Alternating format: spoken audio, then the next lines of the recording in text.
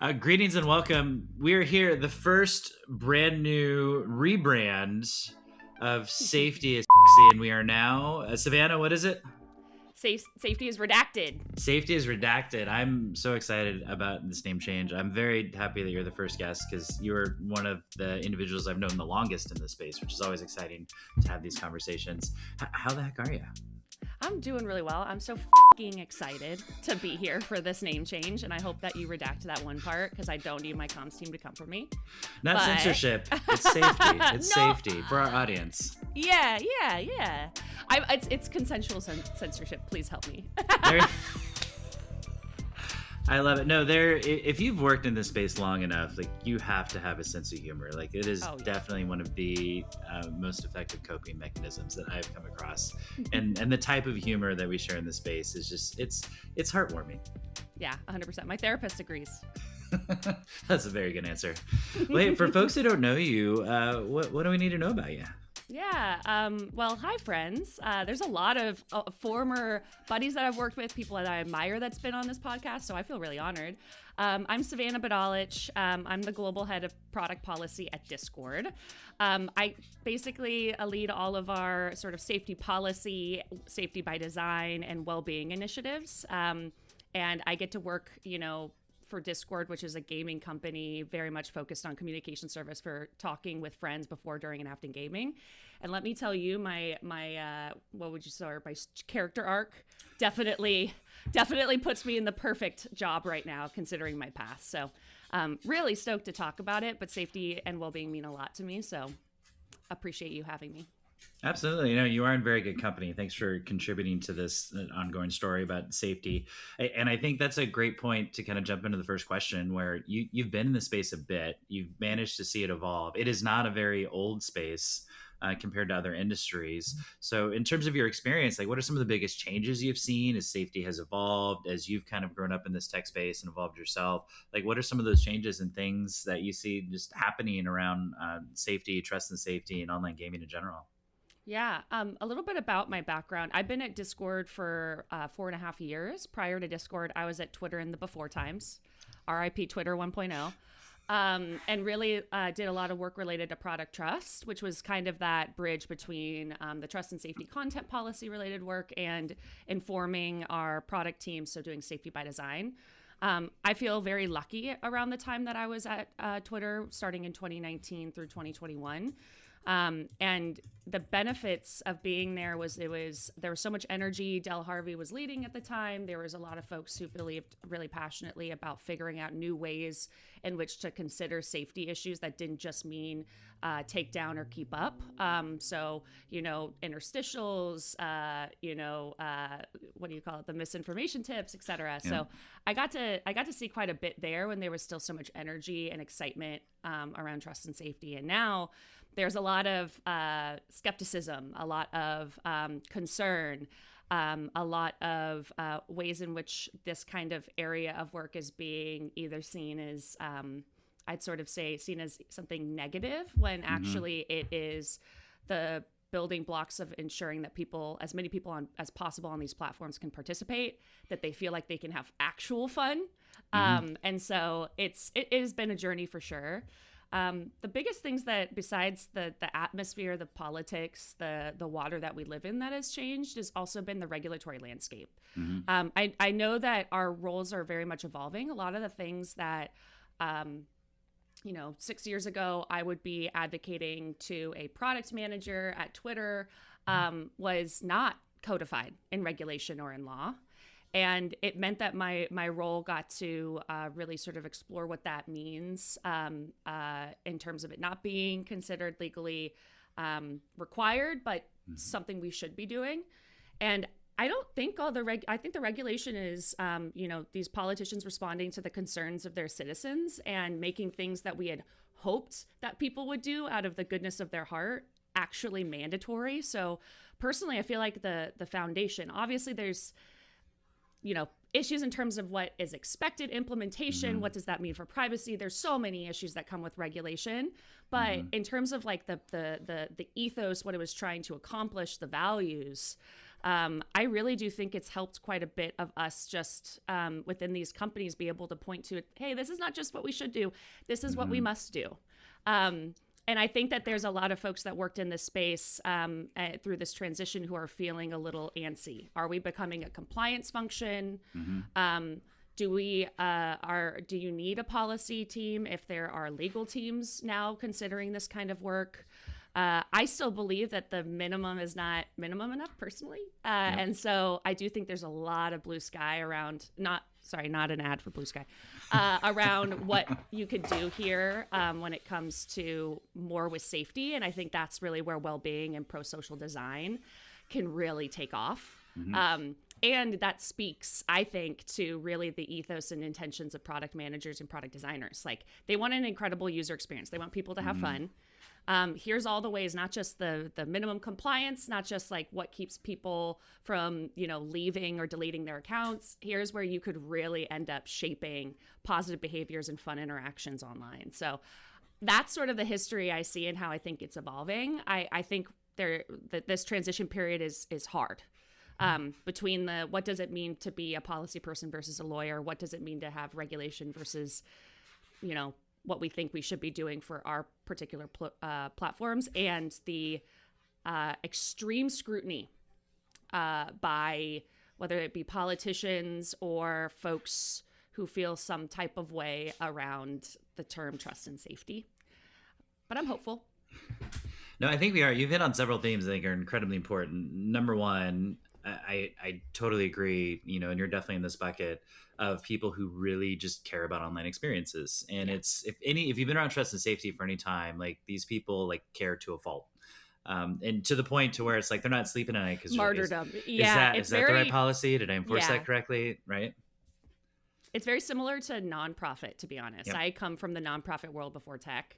Yep. And I think that the best set of skills that have set me up for my role are, one, a trauma-informed management course that I took, because everyone's a bleeding heart in nonprofit. Yep. They're willing to be paid very little to support as many people as possible. You see that with trust and safety and policy.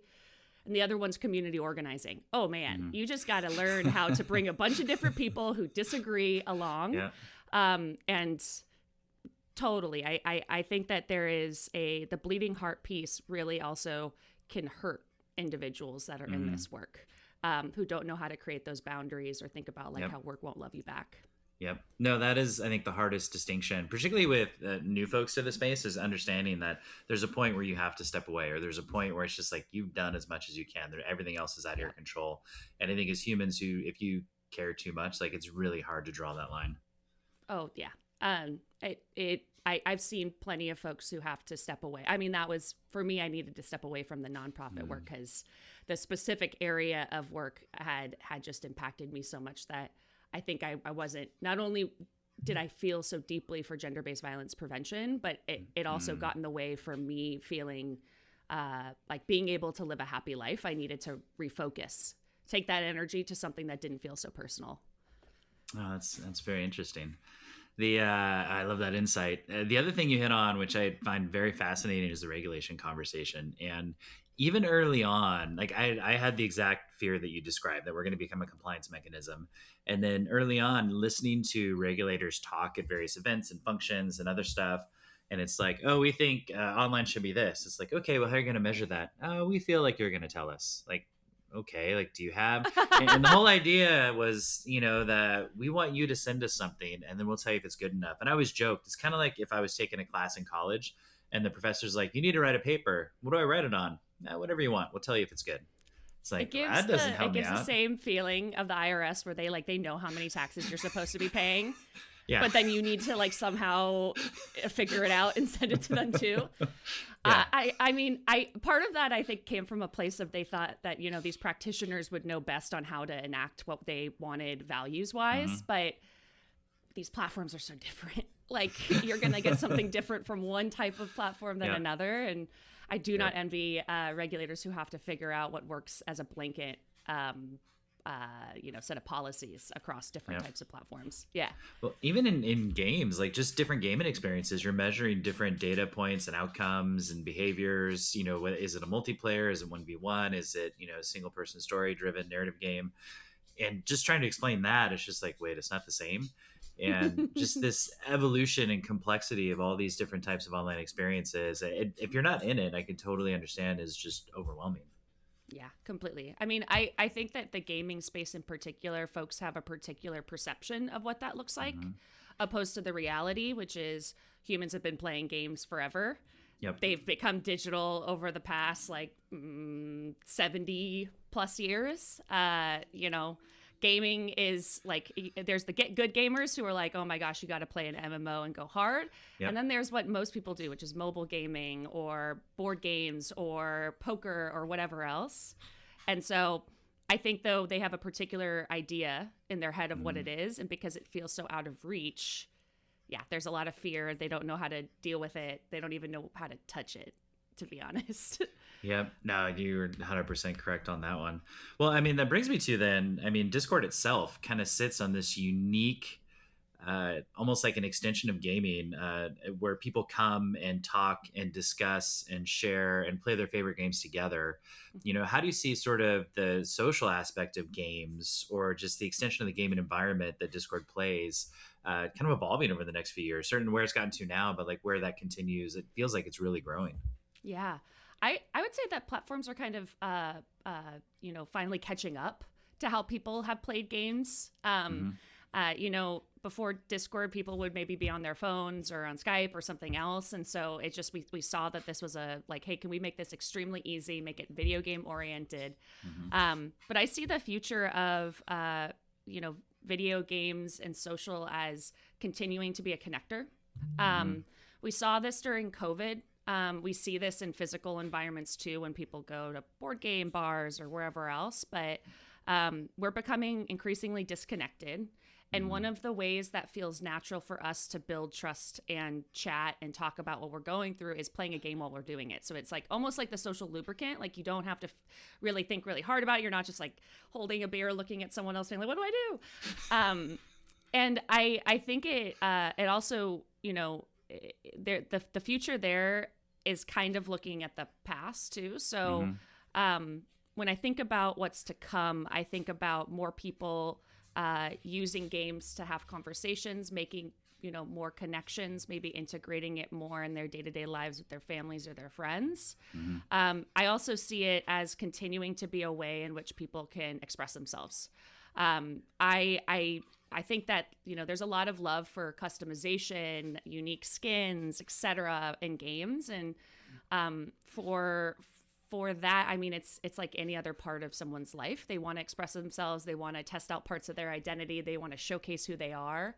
And so what I foresee is maybe a little easier ways to integrate that social aspect, whether that's Discord gets put into games versus people come onto Discord to talk while playing games. From the business sense, like, I see that happening, but I also just see more of this integration of gaming in people's lives. And what I want to be cautious of is there is quote unquote gaming coming into some people's lives when it comes to these like gambling-esque apps and stuff. That is not what I'm referring to. That is not in the same way of playing a game. Right. I really think, though, that people want a shared activity to do. And I think that there's also the benefit for boys and men who maybe aren't likely to, sit across from each other and have a conversation. They're side sitting as they're at a ball game, a sports game, or they're playing together a video game. And there's a lot of really rich, meaningful discussion that can happen there. And that's what I hope to see a little bit more of. I could talk about, the evolution of, the weird kind of features and monetization, but that's no fun. I don't need to talk about that. No, I hear you. That'll be a different in the weeds conversation. I love the side conversation. So there's another foundation I work with, Aaron Judge, our Rise Foundation, and we started this project called Just 5 Minutes. And the whole thing was built off this book by Harold Thurr. And he talks about when his dad would come home, he's like, hey dad, let's have a catch, just 5 minutes. And he said the 5 minutes would always turn into more. And he said his dad was working multiple jobs just to make the family survive. But if he had a free time, they would play catch. And it was the conversations that happened while they were playing catch that really drove this memory and meant the most to him. And that was the whole campaign, is what are the activities that you can do with your kid as a parent, guardian, coach, whatever, you're a mentor, if it's playing games together, if it's playing catch, if it's playing a board game, if it's just going for a walk. But I think having those conversations is such a crucial part to our society as a whole and how we pass on information and show healthy relationships. And so creating those moments, and games are a great way. Like for my son, much to my detriment, does not like sports as I like sports as a kid, but he does like gaming. And so we'll play games together. We'll do family games and make jokes. And you have those funny stories, several of which I know we're going to tell for the next 100 years or however long we're together. And that it's those in between things and how we connect. And the other fascinating part is like looking at talking to family friends who have kids who have met most of their best friends through games, and they play regularly on Discord, and then they will meet up a few times a year and they'll go to a place and they'll game together. We see in Africa and Malaysia and other places, they have esports hotels where you can come and game together. And it's fascinating to see what really is just sort of a new method, as you said, the social fabric, shared experience of bringing us together. And I think that's what people are looking for, is like, where do I go and have these shared experiences and connect with other humans in a way that feels safe to me? Yeah, and there's just like a deeper connection built around games. I know Dr. Rachel Cohort has talked about this too. The idea of like, when you're going to play a game, let's say it's a MMORPG, you build like a lot of trust with that individual. If they go and resurrect you and help you like get through a quest or a boss, that's a level of like trust and endearment that is like immediately created and congealed. Now, mind you, it could also be like the opposite. If someone's being a real jerk, it could really push you off that experience. You don't trust them. You don't want to rely on them. But there is the shared experience, while it may not be physically like you all playing as that character, you are psychologically in that mindset, and then you're building that trust and able to build that connection. So I really do think of it as a cool opportunity for more of that like deeper trust building in a time of like disconnection and loneliness. Absolutely agree with that. That's a great sentiment. Well, as we think about that, connectedness, one of these I like to talk about. So short shout out, you are a board member for the Thriving in Games group, aka TIGG. Excited about that. But we talk a lot about digital thriving. And so, thinking about connectedness is one aspect, but what does thriving online versus safety online kind of mean to you as you think about those terms? So safety is a prerequisite to thriving. I don't think of them as mutually exclusive. I would even view them on a spectrum. And I think also, just to say, like, when you talk to users or people, they put privacy and safety together too. Just like that, when you think about what are different components that makes you as an individual feel safe, there's different pieces there. But for safety, I think of, you have the ability to interact and participate without fear of psychological, physical harm, any sort of retribution. Now, mind you, that is very loaded. There's so much there. And there's the worst of the worst kind of stuff that you want to prevent. It's not just user interactions. It's also protecting people that are not users, especially, vulnerable communities that, might be, there might be something happening related to that. But safety, I view as, you can't really have fun playing games with your friend, actualizing who you are, in like on a living room couch, really being able to talk about some deep vulnerabilities or explore parts of your identity if you don't feel base level safe and comfortable. Like, that's just it just can't happen. So, and it doesn't mean that those things have to happen. You have to only focus on safety or only focus on thriving. You can do both together. But for me, safety really means the most amount of people can participate. It's not just about, and this is what sort of happened at Twitter, was like you had, and this is not accurate in terms of stats, but just like from what I recall, it's like 1% of people who tweet 90% of tweets. Like, there's a question of freedom of expression for like which people, like who gets to have it. And so safety for me really is you can show up, participate, be in the room without the fear of that kind of harm. Now, thriving goes beyond that. It's like, how can you use what is put in front of you. So if it's like Discord's unique features, if it's a video game, but how could you use that to the best effect to be able to find out parts about yourself, be able to really and truly have fun. And like fun, it should be part of thriving. I think so, at least. And then also be able to, learn more about yourself and others in that kind of situation. And so that could be skill building. So esports for leadership, as we've been talking about with TIGG. Yep. It could be, if you're a volunteer community moderator on Discord, what are ways in which that could be used for you getting a job in the future? If it's, building and developing games, could that be a career? And so all of that kind of sort of speaks to what I think of as thriving. It's having the fun that you want and then being able to kind of build on yourself, learn more about yourself, refine skills that can help you outside of that environment too. That was long-winded, but it was a great answer. Yeah. No, I mean, you hit on the 1% rule, right? So 1% create, 99% consume is like the generic internet rule.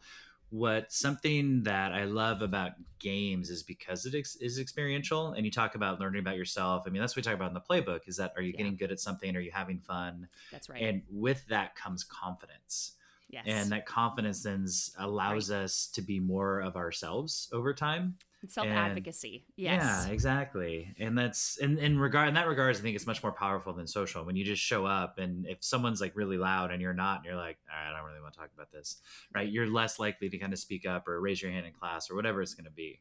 So yeah, I think from a thriving standpoint is building those skills, and what you get out of mastering these experiences is just such a uniquely human aspect to our development. Completely. Yeah. I think that there's a lot more that we can do here to enable. When you think, I think about this as like the most pure version of what product managers and product designers care about around user experience. Like the most ideal best practices around thriving likely are also stuff that needs to be built into the user experience itself. And it ends up leading to the business outcomes that those product managers or others want, while also leading to the kind of benefits that we hope we can see in safety and thriving. Very much so. Well, I mean, to that end, it feels like a good transition. This is a 3-part question, so I'm going to try and set it up as well as I can. But I mean, big question is what has gaming meant to you? What do you think it means to this new generation of gamers? World Economic Forum published data about a year ago. We know gaming is going to grow by 30%. It's going to be just, these numbers are just massive, particularly in new places that gaming is not established yet. And then the last fun one, and I'll come back to some, are you playing any fun games right now? Yeah. So, well, we got, that's always a fun one. But yeah, I mean, what has gaming meant to you in your life? And particularly as we see gaming expanding, what are your feelings and all that stuff? Yeah, gaming has been part of my life since I was like 4 or 5. And when I say games, I am meaning video games here. Obviously, I played games like, hide and seek and all the rest there too. But growing up, I was very much like a Game Boy Advance kid. I got a PS2 instead of a Barbie for Christmas. Absolutely went nutty for Jak and Daxter. And probably far too early. Sorry, lawyers that are listening to this. But my dad and I built my first gaming PC when I was 9. And so nice. I started playing like MMORPGs like World of Warcraft and other, I won't say when, but I did. And it was like, that was a lot of fun. Games have always been a way for me. I was a little bit, my home life, my physical environment was one that was very restrictive in terms of parts of people's identities. For me, I'm queer. I kind of knew it. I kind of knew I wasn't supposed to be in my physical environment. And so games were really a great way for me to be able to like go in and test out those things without having to have someone critique me, without feeling fear of like physical retribution or communal retribution by virtue of doing that exploration. So that was me joining guilds for, queer folks and learning from like transgenerational sort of lessons of what it means to survive in those kind of environments. Gaming has always been a place for me to be able to test out my identity without fear. And that includes in a physical environment, in a home environment where that may not be possible. It's why I care very deeply around teens still having access to things that will allow them to express themselves, because not, I many parents are so kind, so loving, you being one of them, but not every household is the same. And so I really do think that games allowed me, especially the online aspect of games, allowed me to figure out who I was in a way that wasn't, that kept me in many ways alive for a long, and not just alive, but feeling alive.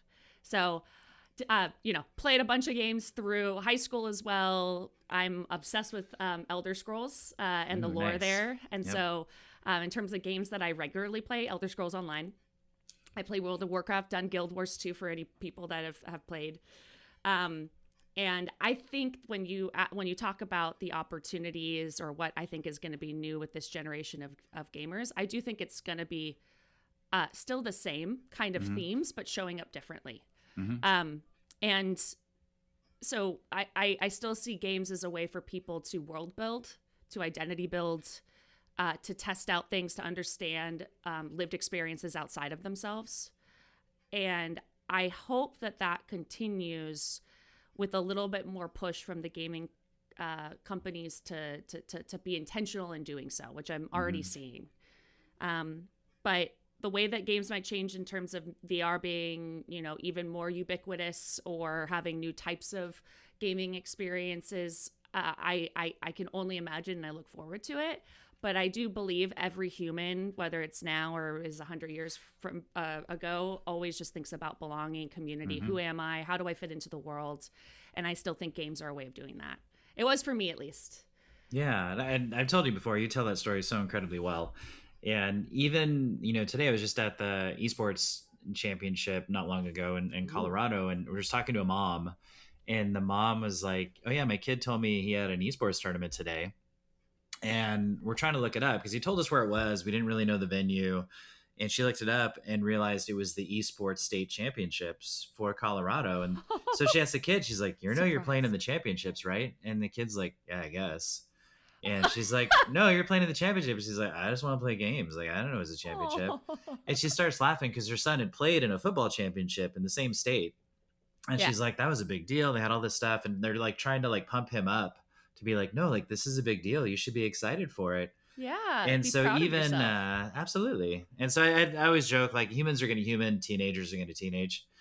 So it's interesting to me how just that desire to play and to belong.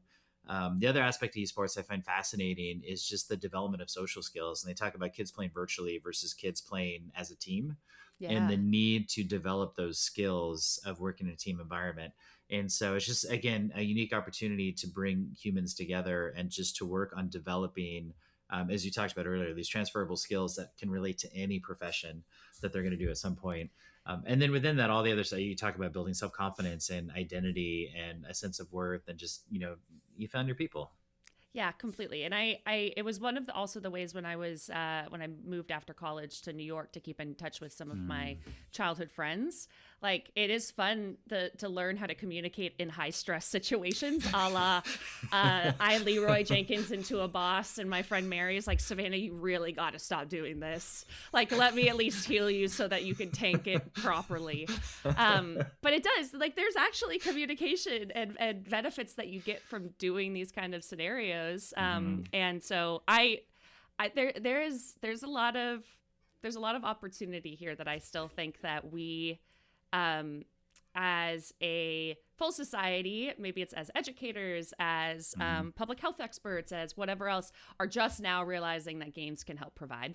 So I'm looking forward to that future in particular. That would be very exciting. And you just kind of hit on it. One of the biggest, things we talk about at TIGG, and definitely an emerging trend within the tech world, especially as the technology advances to keep up with it, is prosocial behaviors. And not that prosocial is the solution to everything, but prosocial as another opportunity to make these spaces healthier, to help players thrive. So how are you thinking about prosocial and what it can mean for the future of online communities and a lot of these shared spaces we just talked about? Yeah, and I think prosocial is a term folks are hearing a lot of, and it can sound a little academic, but just basically it's like positive behaviors that you can sort of teach individuals so that they can show up in the world a little bit better. That's like, helping people, like going and sharing. It's the stuff that you would sort of view as things that you'd already be developing in kids when they go to preschool or the rest. It's just putting it into games and making it a little bit more age appropriate for whoever you're engaging with. Just to give a little background there. For me, when I think of prosocial behavior and how it shows up in online communities, I think it's all the things that we need right now, considering how divided our societies are. This division is coming from a place of people deeply longing for belonging. Everyone is a little scared. There's fear, whether it be economic, political. Where do I stay in this world? Is it safe for me to have this identity? Whatever it might be. Someone thinking that they were owed something and they're no longer getting it, right? Because they were told by their parents or ancestors. And so everyone is, even if it's adversarial, the groups that they are belonging to, they feel some sort of community with, they feel belonging with. They're doing it because the humans seek that social aspect. It's so incredibly important. And so understanding that, and the fact that there are some communities that the way that they have togetherness is by excluding others, by attacking others, by viewing them as the reason behind their problems. And so knowing all of that, I do think that, prosocial behavior development, especially in young people, but also in adults, is more important than ever. Understanding that we do have differing opinions. It is not life or death. In most cases, it can be in some cases with those, more extreme communities. I do not want to say that that's easy to rehabilitate, but there is this need to meet folks where they're at and slowly sort of educate, get them to understand the impact of their actions, bring them along, teach them about what it means to actually show up with another human.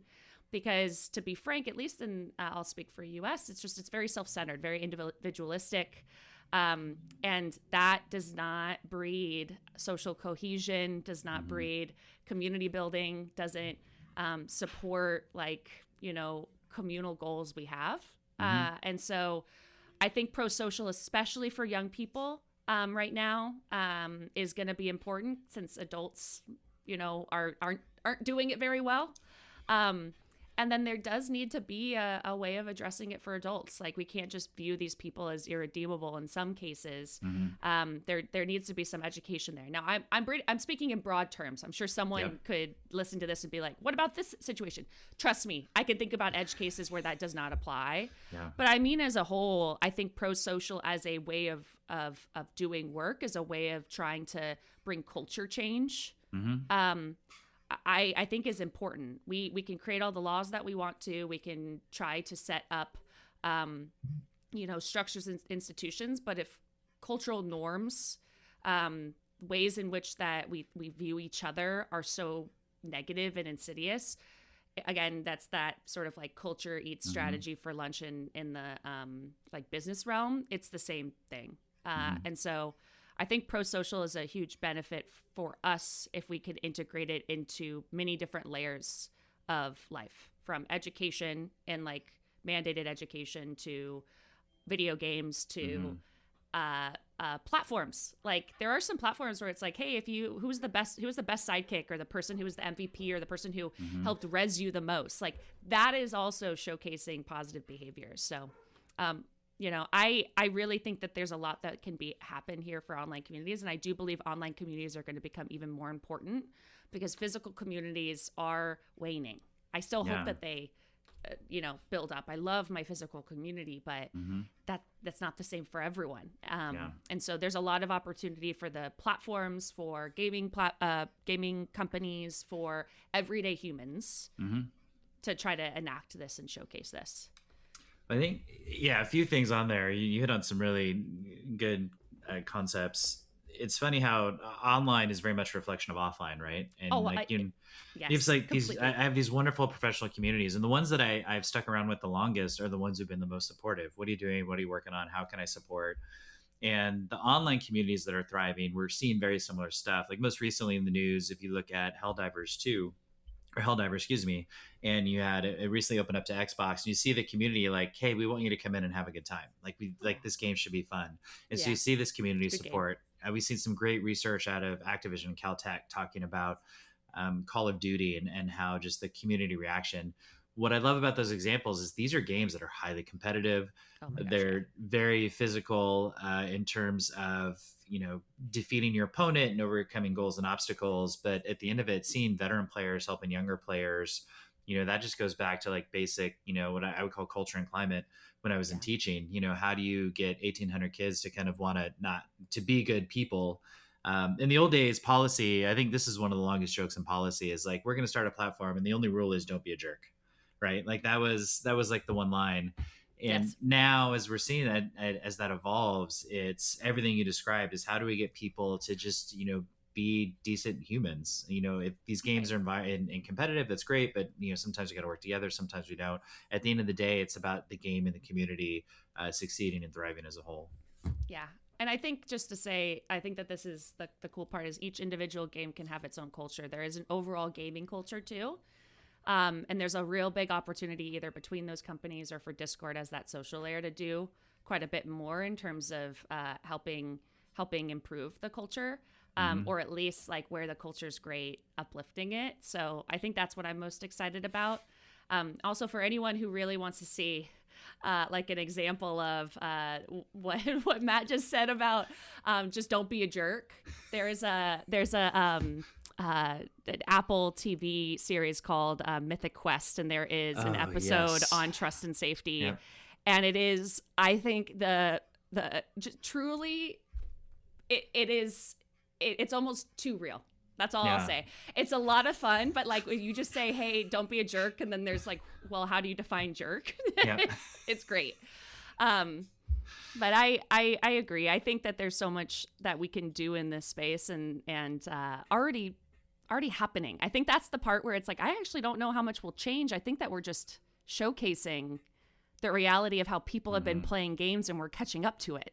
Yep, very much so. The call out on Mythic Quest, it was so freakishly realistic. I was laughing so hard, but then I'm sitting there laughing going like, but this really happened. Like this really happened. I was in the room and this really happened. Yes. Y'all, it is, I cannot just imagine a bunch of people who don't do trust and who don't know anything about trust and safety. Head of marketing, marketing. Yep. All of them just in one big room trying to decide like what kind of bad people are bad people. Yeah. And there's just watch. That's all I'll say. I know you're trying very hard. I'm trying to do the same because you want to talk about, but I don't want to give it away. If you haven't seen it, go ahead. Yeah. Well, Savannah, this has been amazing. If folks want to get a hold of you or learn more about what you're doing, what's the best way to connect? Ooh, I think a good chunk of my focus right now is really trying to ensure that Discord is not just a safe place, but also a safer place, making sure that it's safer for folks, but also that there's that well-being and thriving aspect. So I think that discord.com/safety, check out all the stuff that's happening. I am just one person. There's so many more talented folks that are doing this work at Discord, licensed social workers, folks who've worked in research before. Like, I'm very lucky that I get to speak to the work when they're the ones doing it. And besides that, I guess LinkedIn, but just know that it is so hard on LinkedIn. Corpo Savannah comes out there when she is forced to make a post. But I'd say that. I also hope that folks just take the time that they need to rest in between these kind of big existential issues that keep coming up. Maybe that's my last call out. Not really a way to keep in touch with me, but a way to stay grounded. Yeah, that's a great call out because it's one, I appreciate you sharing your thoughts today because I do think we need to talk about this stuff more and trying to elevate these conversations just so folks understand what the heck is going on. Because if we don't talk about the good, I think it makes it very hard to fix the bad, right? We need to know what is working and not just point at everything that is not working. The second piece of that, Corpo Savannah needs to be like an action figure. I'm just throwing that out there right now. It's really difficult because when my team sees me post, they're like, this is not you. This is not how you talk. This is not your voice. Like, we know what happened. I'm like, I'm so sorry. I just like, if you like, shit posting's normal on Discord and I just can't do that in front of potential external folks. But yeah, I really appreciate you having me, especially for this new Safety is Redacted title. I waited until you did the name change, to be totally honest. It is a perfect way to launch this. Thank you so much. Of course. And cheers, and thank you all for listening. Have a wonderful day. Thank you for listening to another episode of Safety is Redacted, and welcome to the new season. I encourage you to stay tuned. We got a lot of great episodes and speakers